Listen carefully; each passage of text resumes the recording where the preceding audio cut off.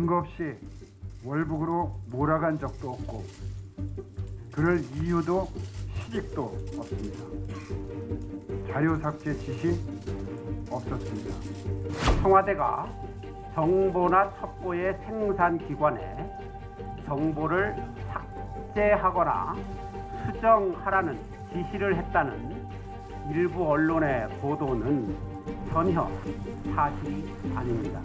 제가 삭제를 지시한 적도 없지만 설사 지시를 했다 해도 개혁된 국정원 직원들은 이러한 지시를 따를 만큼 타락한 바보들이 아닙니다.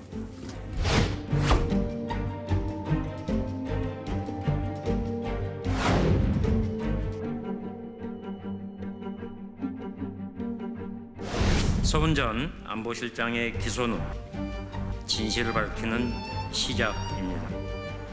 이제 동생의 사건의 최고 책임자였던 문재인 전 대통령 스스로가 국민 앞에 진실을 밝혀야 합니다.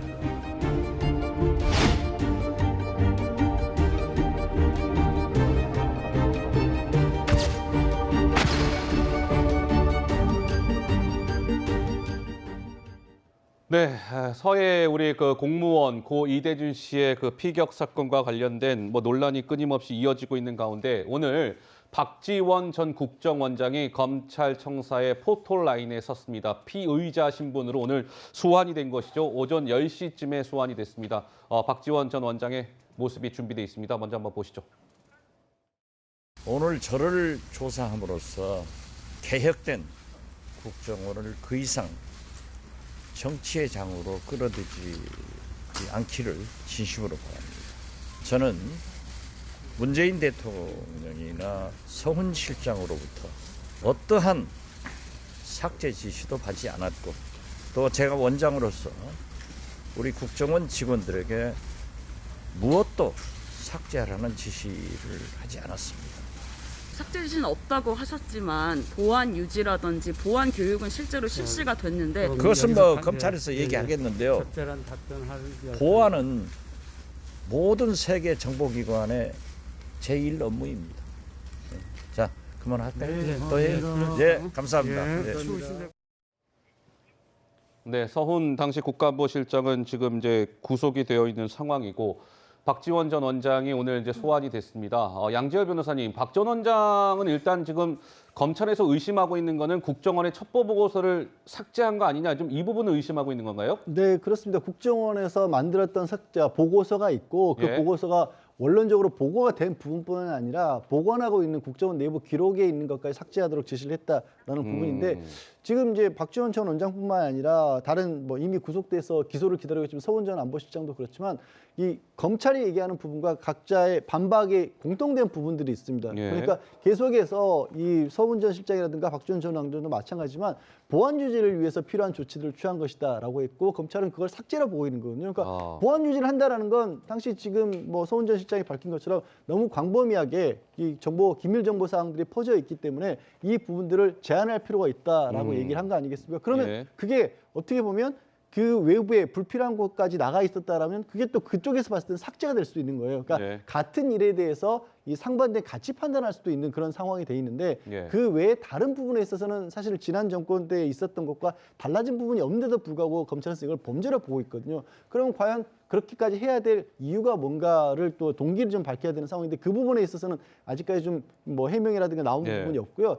다만 이제 박지원 전 원장 같은 경우는 조금 다른 결이 있다라고 저는 봅니다. 왜냐하면 지금 조금 전에 말씀드린 것처럼 보안을 유지하기 위한 필요성이기 때문에 행정부에 광범위하게 퍼져 있는 부분들을 이 보안을 유지하기 위해서 제한할 필요가 있다고 하더라도 국정원은 원래부터 국정원에 대해서는 국가안보실에서 이렇게 저렇게 예. 제한을 하거나 명령을 할 수 있는 관계도 아닐 뿐더러 애초에 여기는 보안 자체를 철저히 해야 되는 조직이지 않습니까? 그리고 국정원은 지난번 이제 7월에 박지원 전 원장을 고발하긴 했지만 또 감사원에서 이 발표했던 내용들 특히 서해 공무원이 당시에 이렇게 떠돌던 상황에서 한자를 입은 어떤 조끼가 있다 이런 것들은 국정원에서는 감사원에서 발표가 잘못됐다고 또 반박도 했거든요. 그래서 예. 나머지 부분과 조금 다르게 결과가 나올 수도 있지 않을까 싶습니다. 수사 과정이긴 합니다. 예, 어쨌든 오늘 검찰이 이제 피의자 신분으로 소환 조사를 벌이고 있으니까요.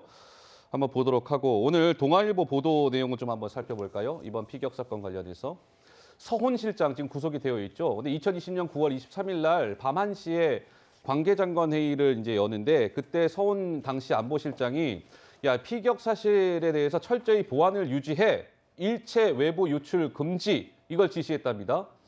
다음 날 9월 아니죠. 다음 날이 아니겠네요. 당일이죠. 9월 23일 밤 1시고 그날 당일 아침 8시 30분에 서훈 실장이 안보실 비서관 회의를 주재합니다. 이제 실장이니까 비서관들 쪽 앉혀놓고 회의를 주재한 거예요. 그때 서훈 실장이 야 남북 관계에 악영향을 미치는 사건이 발생했어. 비서관들은 철저히 보안 유지해라고 지시하자 안보실 비서관들이 저런 지시를 받고 내려와서 이랬다는 거예요. 아니 실장님 참 이게 지금 덮을 일인지 모르겠다. 실장이고 뭐고 다 미쳤다라는 얘기가 나왔다는 게 그래서 내부적으로 반발이 있었다는 게 오늘 동아일보 단독 보도의 내용이었습니다. 우리 장해찬 이사장은 무슨 생각 드세요? 일단은 이 부분은 우리 국민의 목숨이 걸리는 문제죠. 예. 당연히 이 공무원분의 목숨과 유가족분들의 명예, 공무원분의 명예, 그리고 가장 중요한 국가가 대한민국 국민들을 얼마나 지켜줄 의지가 있느냐라는 아주 본질적인 물음이 걸려있는 문제이기 때문에 철저한 수사가 당연히 필요한 것이고요. 그 당시에 이제사 수사기관의 어떤 수사로 확인이 되는 거지만 이해하기 힘든 일들이 참 많이 일어났었어요. 지금 방금 말씀하신 이 내용에서도 청와대 안전보장회의를 하는데 외교부 장관이 전혀 통지를 받지 못하고 뒤늦게 언론 보도 보고 나서 NSC 회의가 열린 것을 알았다라고 말하면서 강경화 당시 외교부 장관이 불쾌감을 공개적으로 토로하기도 했었습니다. 네. 그것부터 사실은 악의가 안 맞고 이상한 일인 것이고 지금 보도를 통해서 나온 것처럼 안보실 내 비서관들이 실무진들이 이게 말이 되는가?